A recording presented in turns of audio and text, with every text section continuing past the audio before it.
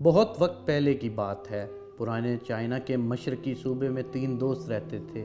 وہ ہمیشہ لوگوں سے الگ رہتے تھے۔ وہ کبھی کسی سے بات تک نہیں کرتے تھے۔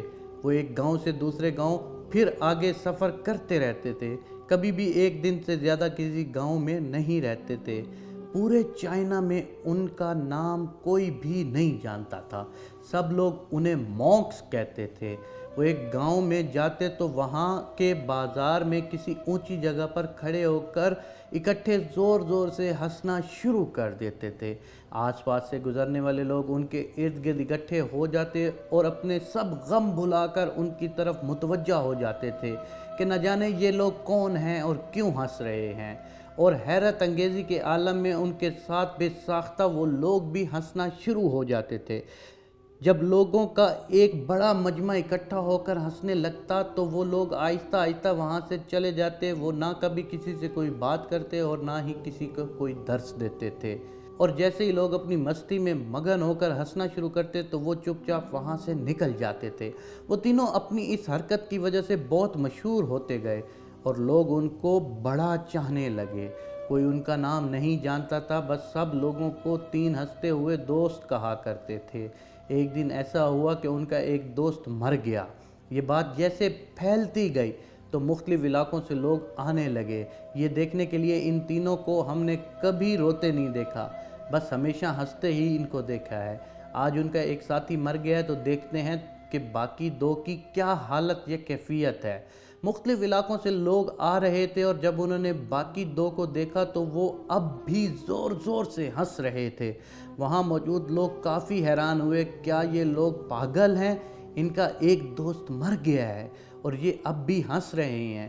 یہ دیکھ کر لوگوں سے رہا نہ گیا اور ان میں سے کچھ بزرگ آگے آئے اور پوچھنے لگے کہ باقی وقت میں تم لوگ ہنستے تھے تو ٹھیک تھا، لیکن اب تو تمہارا ایک ساتھی مرا ہے، اب کیوں بے شرموں کی طرح ہنس؟ یہ سوال سن کر ان سادھوؤں کو مجبوراً بولنا پڑا۔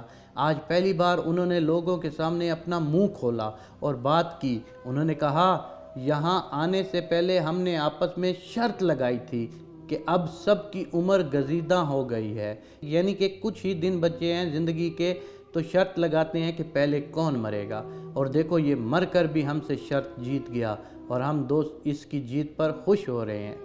یہ کہہ کر پھر زور زور سے ہنسنا شروع ہو گئے۔ ان کا یہ جواب سن کر لوگ ان پر طنزیہ ہنسنے لگے۔ چائنا میں یہ رواج ہے کہ مردے کو نہلا کر صاف کپڑے پہنا کر اس کو جلا دیا جاتا ہے۔ اس سادھو نے مرنے سے پہلے نصیحت کی تھی کہ اس کی لاش کو نہ ہی نہلایا جائے اور نہ ہی دوسرے کپڑے پہنائے جائیں، بس جس حالت میں وہ مرے اسی حالت میں اس کو جلا دیا جائے۔ لوگوں نے نصیحت کے مطابق ایسا ہی کیا۔ جب اس کو جلایا گیا تو کچھ ہی پل میں آسمان پر آتش بازی ہونے لگی اور سارا آسمان آتش بازی کے رنگوں سے رنگ گیا۔ یہ سب دیکھ کر وہاں موجود بچے، بوڑھے، جوان، مرد، عورت سب لوگ حیران ہو گئے اور سب کے ہونٹوں پر مسکراہٹ آ گئی اور سب پھر سے ہنسنا شروع ہو گئے۔ اصل میں اس سادھو نے اپنے کپڑوں میں پٹاخے چھپا رکھے تھے جو آگ میں جلنے سے پھٹنے لگے اور آتش بازی کا منظر دینے لگے۔ اس طرح وہ سادھو مرنے کے بعد بھی لوگوں کو ہنسانے میں کامیاب رہا۔ دوستو، اپنی زندگی کو ایسا بناؤ کہ لوگ آپ کو مرنے کے بعد بھی یاد رکھیں، اور اپنی زندگی میں ایسے بنو کہ لوگوں کے چہروں پر آپ کی وجہ سے مسکراہٹ آئے، کیونکہ زندگی میں کبھی بھی ایسے مت بننا کہ وہ آپ کا نام لے کر اگر اللہ سے شکایت کرے اور رو پڑے کہ فلاں بندے نے میرے ساتھ زیادتی کی ہے، تو یقین ماننا اللہ کبھی معاف نہیں کرے گا۔